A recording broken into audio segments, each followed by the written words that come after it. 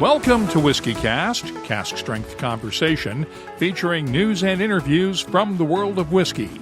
I'm Mark Gillespie, and this is episode number 1144 for January 11th, 2025.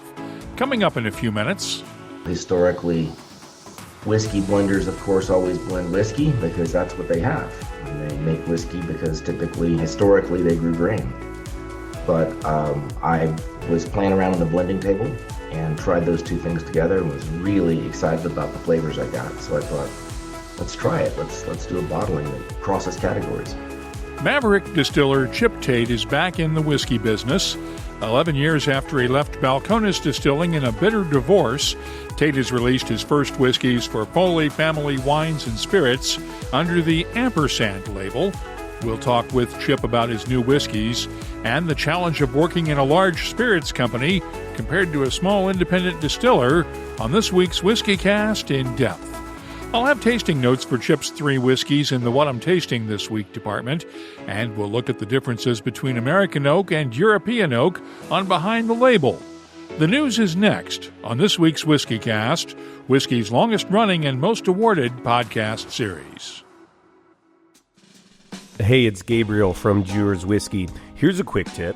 Whenever you're pouring great whiskey, especially something like Dewar's 12-year, don't overthink it. All you need is a few glasses and a couple of people worth sharing it with. The rest takes care of itself. Back in a bit. Let's get started with the week's news. With the shutdown of Diageo's Crown Royal blending and bottling plant in Amherstburg, Ontario coming next month, Ontario Premier Doug Ford is repeating his threat to pull Crown Royal off Liquor Control Board of Ontario's store shelves. Ford told reporters at a news conference this week that the boycott will start when the last worker leaves the plant, which he pledged will reopen under new ownership and rehire the 160 or so union workers affected by the closing. Ford blasted Diageo's decision to move Crown Royal blending and bottling for U.S.-bound exports to the United States and says even more moves may be in the works. You know where they're going. They're going down to Alabama. My good friend Wob Canoe, I love the guy, by the way. They're doing a little production there in Quebec, too. But it's all a bunch of BS. It's all going to Alabama. Mark my words. It's going to Alabama. They said they were going to invest in St. Clair, Ontario, $350 million. They pulled the carpet out from underneath us. All I'm saying is, as a business person, if you have your number one customer spending hundreds of millions of dollars, why would you try to hurt that customer? So it's simple as that. It's not going to be produced in Ontario anymore. They're closing the plant after, God knows, decades and generations of work at this plant. We're going to bring new products, new opportunities to that jurisdiction, and we're going to move forward.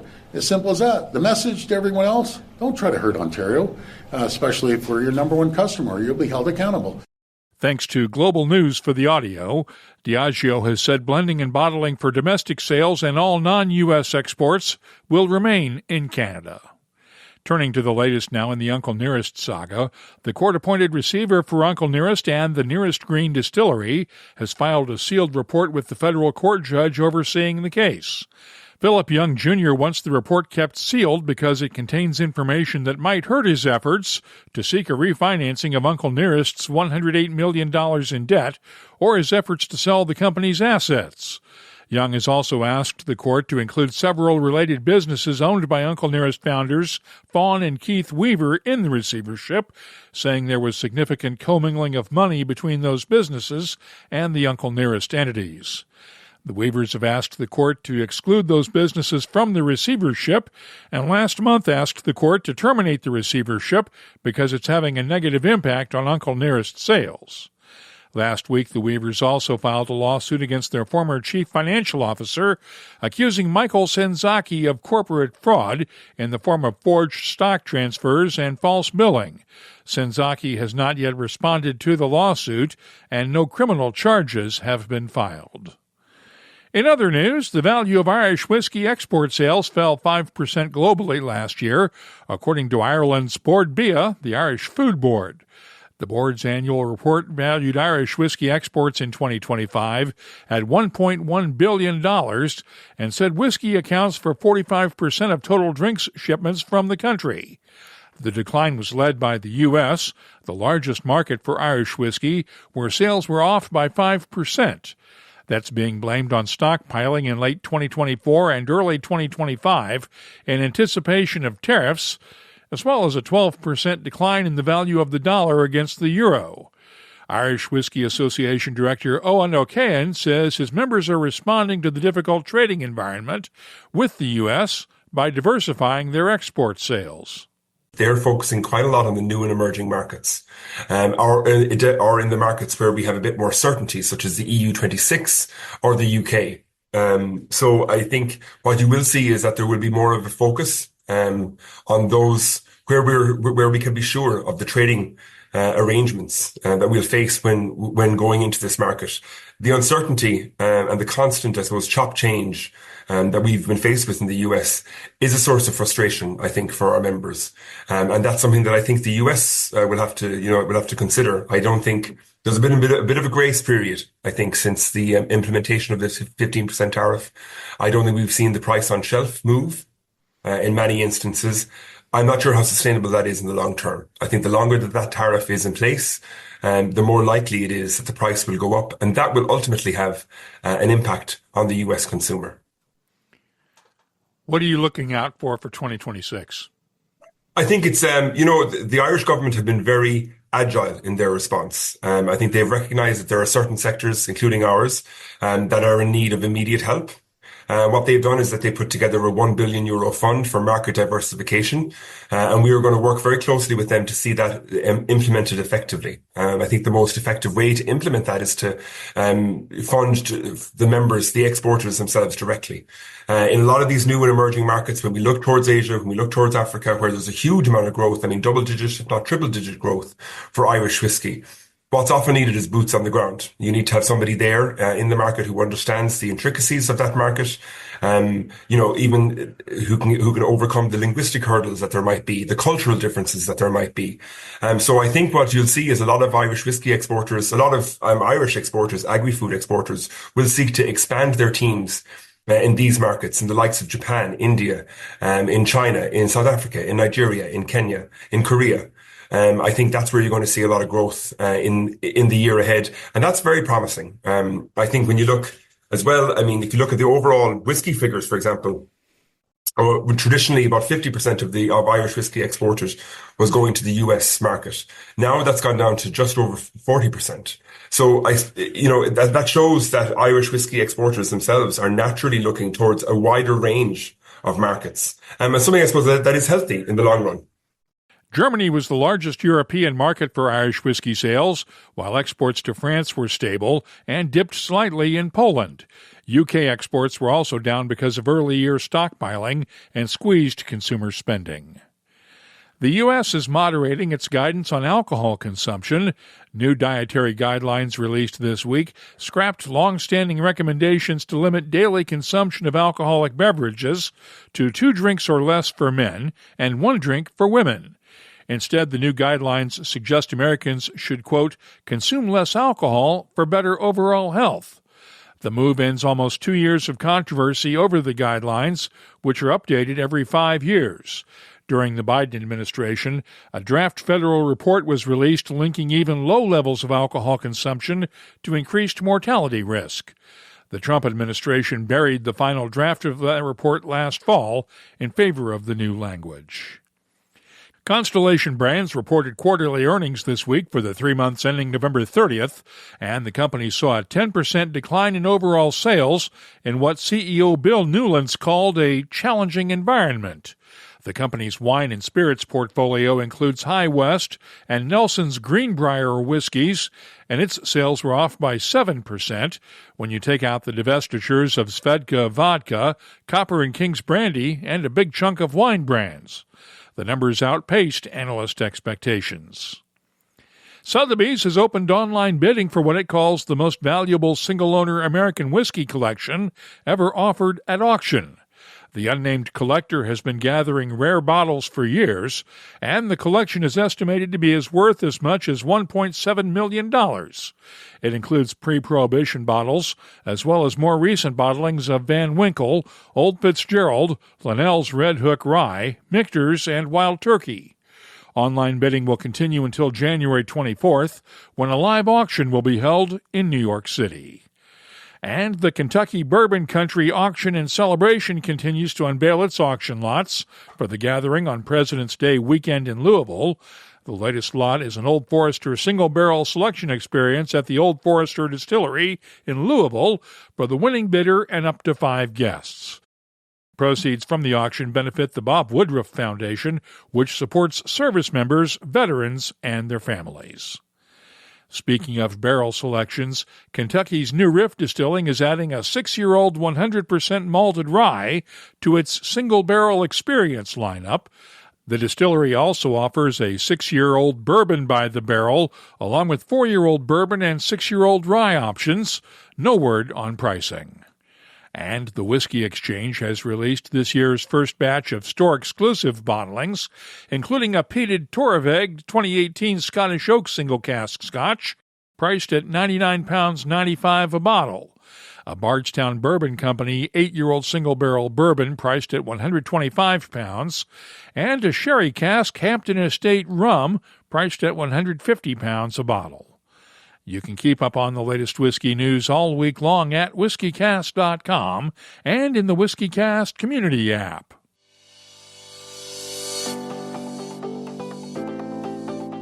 Let's open up the calendar and see what's happening around the world of whiskey. Canadian Whisky Week starts today and runs through next Sunday with events all over Canada. The Kensington Wine Market in Calgary, Alberta will be especially busy with a Gordon and MacPhail tasting featuring Richard Urquhart on Tuesday night, a Nika from the Barrel tasting on Wednesday night, and the Whiskey Festival fundraiser on Thursday night. The Canadian Whisky Awards banquet is Thursday night, kicking off the annual Victoria Whisky Festival in Victoria, British Columbia. It runs through the 18th and will have special coverage from Victoria next weekend. The Aberdeen Whisky Shop in Aberdeen, Scotland has a Thompson Brothers Mystery Dram tasting this Friday night. Julio's Liquors in Westboro, Massachusetts has a Glendalough Irish whiskey tasting on the 21st. And the Whiskey Global is in Vancouver, British Columbia, January 23rd and 24th. If you're organizing a whiskey event, let us know about it. We'll add it to the calendars at whiskycast.com and in the WhiskyCast community app.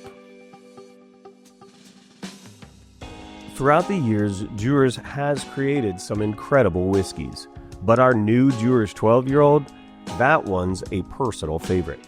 It's the kind of scotch that earns praise from the pros, but still feels right at home in the middle of a good night with friends. Every pour opens up with notes of vanilla, toffee, baking spice, and a smooth oak finish. It's rich, it's approachable, and it has a way of bringing people together. Whether it's around the table, the fireplace, or just wherever the night happens to take you. Look, the glasses may hold the whiskey, but the whiskey, that's what holds the moment. Please enjoy responsibly. Copyright 2025, Dewar's is a trademark. Imported by John Dewar & Sons Company, Coral Gables, Florida. Blended Scotch whiskey, 40% alcohol by volume. WhiskyCast In-Depth is brought to you by Glendalough Irish Whiskey. It's been 11 years since Chip Tate was forced out of Balcones Distilling by his investors, and the Maverick distiller has been working on a second act ever since. 2 years ago, he landed at Foley Family Wines and Spirits as their master distiller for innovation, and now he's released his first whiskies for Foley under the Ampersand Spirits label. We spent some time this week on a Zoom call to discuss the new releases, along with his plans for the future and to look back at the past. Welcome back to WhiskyCast, Chip. It's been a while. What have you been up to? Well, I've been making stills and making whiskey, a few other things besides, but it's been a busy decade. Let's talk about the stills first of all. Are you still in the still building business? No, it was fun, but I'm kind of glad to not be doing that anymore. That's hard work for a man of my age. I think it's best to lay it by. You don't look like you've aged a bit since we last talked, though. Well, you're very kind to say that. I try to preserve what's left, but I definitely, my joints would disagree with you. I know the feeling. Let's talk about your work with Foley Family Wines and Spirits. You joined them 2 years ago and just released your first collection. That's right, Ampersand. Where did the name come from? Well, we were trying to think about what would be appropriate for the concept. And, I guess you could summarize things. Everything in this series is two things that don't normally go together. So either an unusual finish on an older whiskey in the case of the Opimus, or even more unusual things like Vinea, which is a cognac barrel-aged spirit combined with rye whiskey.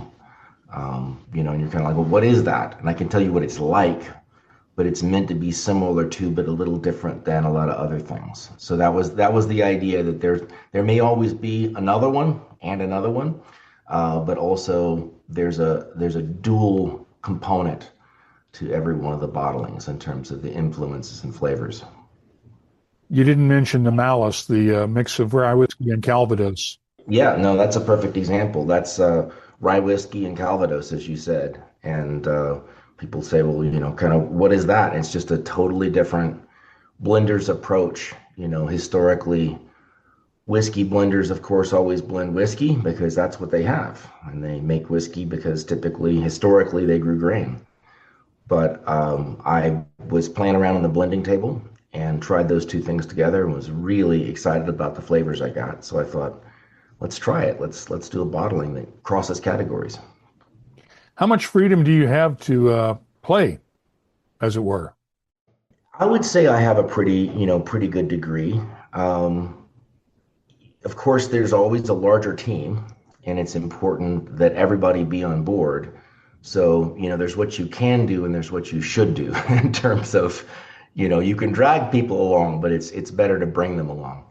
So oftentimes I'll intersect ideas I have with how it fits with the company right now in terms of our emphases and priorities, and of course the thoughts and insights of other members of the marketing team and other people in the company, because we have to row as a team on these things, so it has to be more than just me. That's interesting coming from you, because your past was one where you led the team and ran the show, both at Balcones and at Tate and Company. Yeah. What have you learned about working with a team? Well, I think it's very similar in certain ways, in that, the ideas now and then largely had their origins with me. What I'm really talking about more is just how to get a successful result from that point. That I think it's good to have everybody on side and believing in a concept internally to make the most of their talents and to make the most of their efforts. So, I'd say it's still a leadership position, but there's certainly more voices involved. I never had a marketing department before. I never had an independent sales team before. So some of this is just what comes with having more resources, I think, in a larger organization. What are you doing with agave? Well, I have the privilege to distill it. So there are a handful of different projects, some of which I brought to Foley and some of which Foley brought to me. And the agave projects fall in the latter category. So my boss, Sean Schiffer, said, how would you feel about making a tequila? We do that obviously in Jalisco, and then also a mezcal. And I was thrilled by that because I've had interest in getting into that space for a while. I just haven't really had the commercial opportunity in terms of the resources to make any more than a small amount and turn it into a brand, market in the United States, etc. So I'm really excited about those. I'm going probably down in Mexico once a month these days, since I'm actually distilling those, not just buying them or blending them. So it's been exciting. When those come out, will they come out under the Ampersand label? No, Ampersand may have one other edition later, but the 3 Ampersands out in the market are the whole of that series. This, so Gran Nota will be the name of the tequila, which will likely release in Q2 or Q3. And sooner than that, we're hoping to have Penumbra, which is the name of the mezcal, bottled in the next 40 days. Really, we're just trying to get all the final little bits and pieces on site to make that happen and get it over here. I've been working on distilling that up until August of last year, because it's obviously a very small scale process. So coming soon. What's the big difference between distilling whiskey and distilling for mezcal and tequila? I think while there are a lot of similarities, which is what drew me,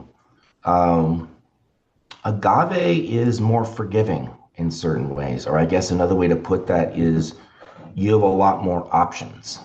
A perfect example would be if you tasted what's coming off of a pot still for whiskey when it's 30 or 40%, you wouldn't enjoy it.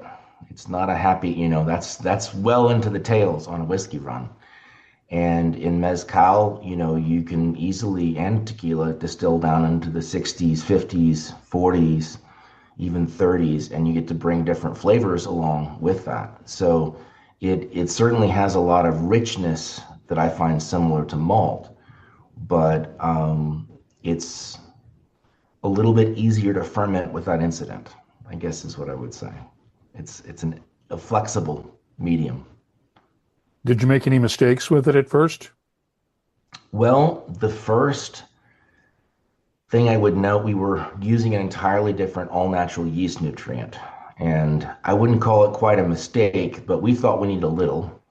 And the yeast company thought we needed a lot. And we compromised in the middle, and it turns out we were right.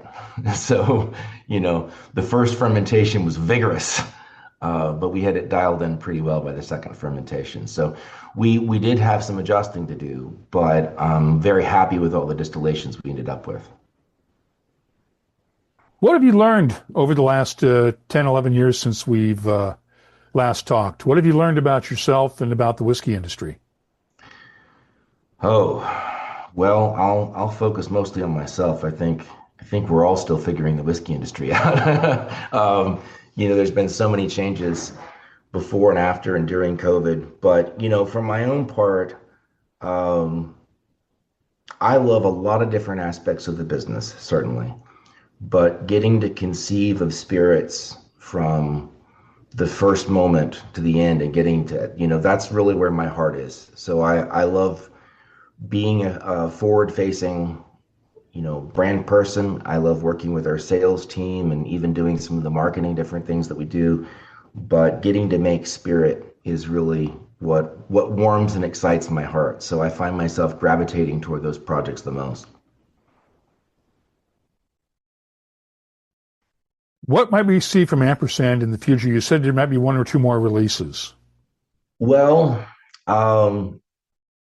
I reserve the right to continue to make little additions, but there is one. I don't know how much I'm supposed to talk about it, so I'll try to just say a bit. But there's a special, soon to be out of business, Colorado craft distillery with whom I've had long-standing ties. And we were able to get some really great whiskey from them that's significantly older than anything they'd ever released. And I'm finishing those in some pretty unique casks. So I think it's both excellent and unique whiskey, not only in terms of the provenance and the story that I was mentioning, but in terms of the flavors, that high altitude aging and some of the other things that definitely affects how the whiskey comes out. And there are very few whiskeys I've tasted at almost 70% that are as smooth as silk until your mouth goes numb. So it's super high quality stuff. But we're considering that as another Ampersand release right now. What's your take on the current state of the distilling industry, since you've sort of been watching it from the outside for the last few years until you got back in? Well, as I said, I won't claim to have everything figured out, because things change too much to really claim that you've got it all figured out. I think we're at a very strange time because, for one, there's a big glut of whiskey on the market, and I think everyone is familiar with that. And it is creating, it's true that not everyone is drinking as much as they used to, and certain demographics are not drinking that much at all. But there are these various stories that are related but entirely different. So I think some of the challenges in the market is not just what people are and aren't drinking, but it has to do with both the distribution channels, the glut of whiskey. It's the confluence of all these different things together to make it hard not only to know what people are going to do, but then people become hesitant to commit. I think that's one of the biggest challenges in the whiskey industry is it's a long-term business. And so when people don't have a very clear picture of what they think the long term looks like, there's a lot of hesitation. And I see a lot of hesitation right now. So my personal view is, and I think this is data informed, but maybe this is just me speaking as a passionate distiller, I think the fundamentals are still there. I think there are probably some things that were easier to sell during COVID than they are now. I don't know that that's bad news so much now as it was extra exuberant, perhaps even manic news during the pandemic. But I still think that there's a good market. I still think there are a lot of educated, knowledgeable, enthusiastic whiskey drinkers is what I found for brands, that aren't necessarily the cheapest, but also aren't crazy expensive. I think this is also a very hard time for people trying to sell very expensive bottles, and that's not universally true, but I think there's been a little bit of a sobering, pardon the connection there between, really high priced products, unless they are super special and rare and everything else. But I feel like the main market, the market that I've traditionally worked in of quality handmade bottles between $50 and $100 is still a strong space to work in. Do you see other distillers able to work in that space? Generally, I think of the distillers that I talk to that are struggling, a lot of them, there's been a lot of shakeups in distribution, obviously. And I think that's one of their biggest challenges is trying to find their way and find their space within that distribution network. Because as a small brand, that's challenging enough to start with. But I think when uncertainty gets entered into that equation, it makes it even harder for people with the wherewithal, large distributors, to commit to investing the resources in growing smaller brands. So I think, it's not that the market isn't there so much as that there's a lot of market hesitancy in the distribution chain to taking on and growing smaller brands. And that's not universal. But I think that's one of the hardest things for craft distillers right now. It's not that people aren't liking their products. It's just the cash flow economic realities that they're facing. This is going to be a sore point, but I have to ask, have you been following what's been happening at Balcones? A little bit, yeah. I know that they recently closed down the production for a time, as I understand it. So yeah, till next July. Yeah. So, I was a little surprised, I think, as a lot of people are, but that's also a facet of the general economics we were just discussing. I mean, as you know, this is not unique to Balcones. There are a lot of distilleries that are either being reduced in volume or paused for production. I think people are really trying to remedy this oversupply issue. I think particularly large strategic companies see a glut of whiskey in the system as one of the biggest problems for selling product in future, and they're trying to remediate that by reducing the future supply. But, we'll see. What's the relationship that you have with the guys over at Minden Mill, which is also owned by Foley? Yeah, no, that's a great question. So Minden is where my whiskey projects are housed. Okay. And here's the key differences between understanding physical space and brand identity and what it is. So Minden Mill is obviously an estate distillery that, for the Minden Mill brands, follow all of the estate requirements. That is to say, grain to glass. And that will remain so. While I look forward to doing similar projects at Minden, at this point, I'm basically tasked with doing the non-Minden American whiskey projects. So these are for instance, Ampersand is housed there at Minden and released as a separate brand because it is not distilled at Minden. It is sourced, and I think a lot of that's probably pretty obvious that the Calvados didn't come from Nevada, being a French product. And the, Kentucky bourbon that goes in Opimus wasn't distilled at Minden. We've tried to be pretty upfront and obvious about that. But, the same will be true for Gambit, which is my next release. That's a 6 wine barrel finished bourbon that will come out in the next couple of months. That is aged and housed, and I blend it there, but that is separate from Minden Mill's stream of products in the sense, the estate versus non-estate. That's really probably the best way to understand it is things that have the Minden Mill brand follow that estate grain to glass protocol. And these other brands we're doing are a different, blend and finish projects. Are you having fun?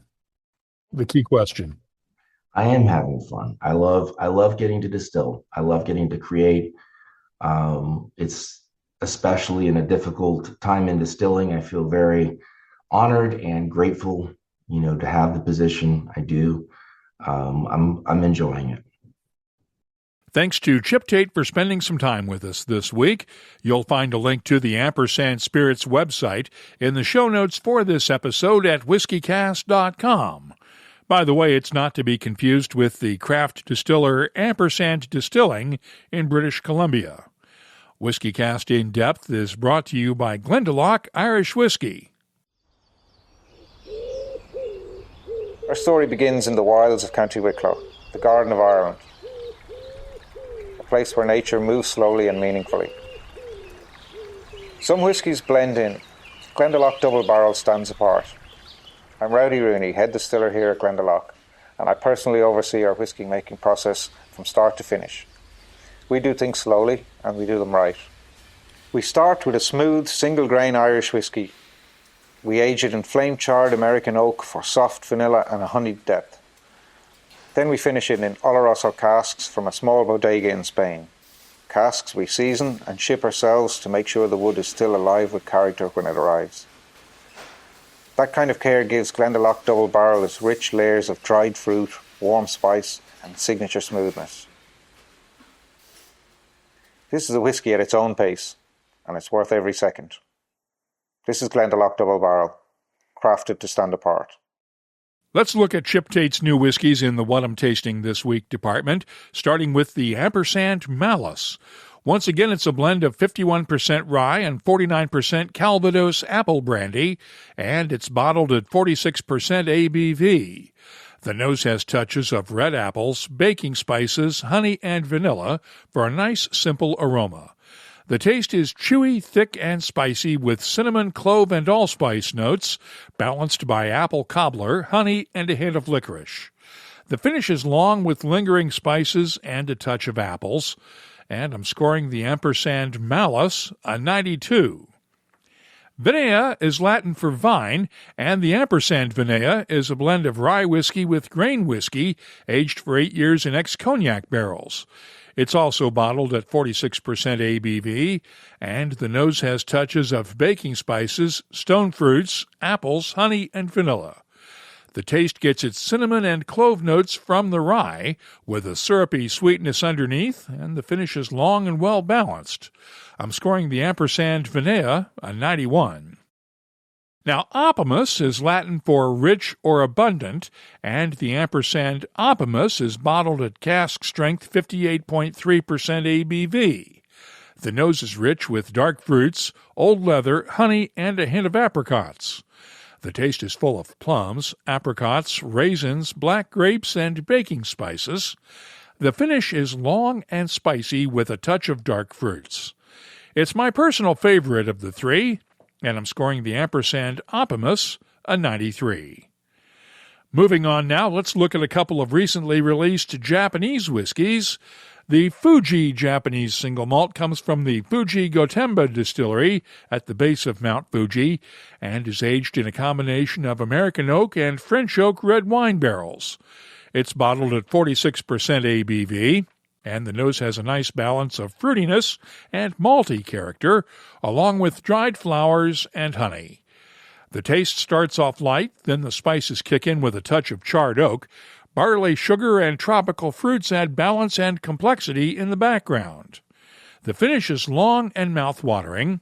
I'm scoring the Fuji Gotemba Japanese single malt a 93. Technically, Nika from the Barrel isn't a Japanese whiskey because there's some Scotch whiskey in the blend, so call this one a world whiskey. The extra marriage version gives the blended whiskey double the time in the marrying vat, and it was produced to mark the 40th anniversary of the first Nika from the Barrel release. This one is bottled at 51.4% ABV, and the nose has touches of chocolate-covered orange slices, tropical fruits, a hint of maltiness, and vanilla.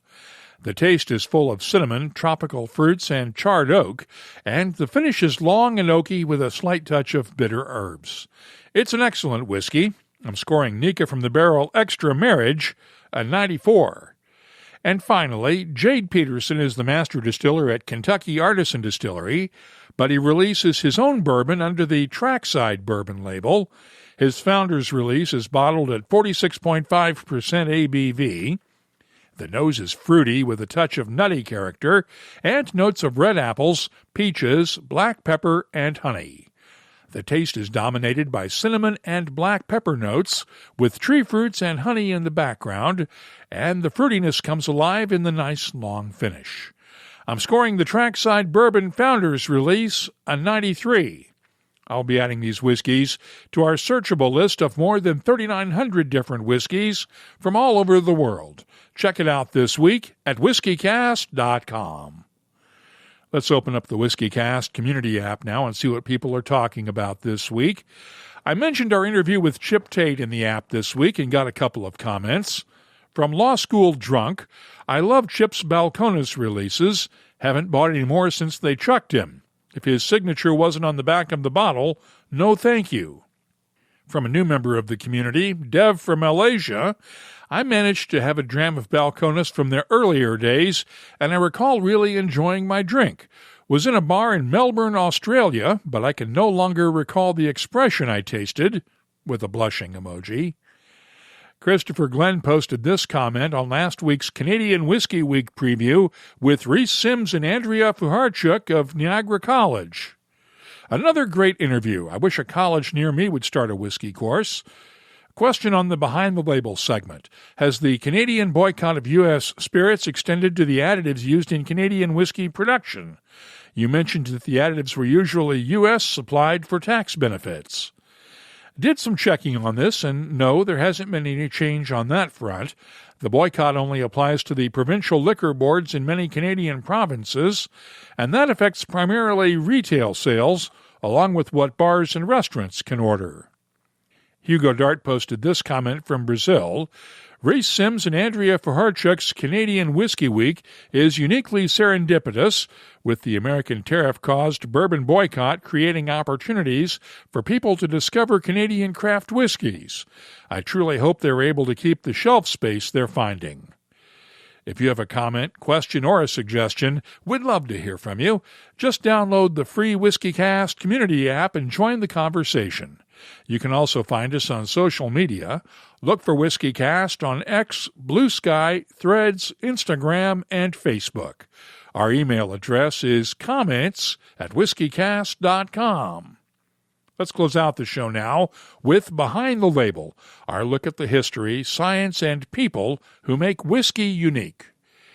We often talk about whiskeys being matured in either American oak or European oak, so what's the difference? Well, there are several key differences between American oak, known by its scientific name as Quercus alba, and European oak, Quercus robur. American oak has a wider grain structure than European oak, which allows more interaction between the wood and the whiskey. The tight, coarse grain of European oak leads to a slower, deeper interaction, while adding more tannins than American oak usually does. European oak's chemistry is also high in eugenol, which adds a clove-like note to many whiskeys. American oak's chemistry is high in vanillin and oak lactones, which add a coconut-like aroma and flavor. along with caramel and honey notes. Keep in mind that most Scotch whiskies are matured in American oak ex-bourbon barrels, which lend that sweet, creamy characteristic to the distillery's own natural character. European oak tends to be used most often in sherry-seasoned casks, though the bodegas in Spain are also doing a big business in seasoning American oak casks because of a shortage of European oak. If you have something you'd like us to look at on an upcoming episode, just get in touch with us.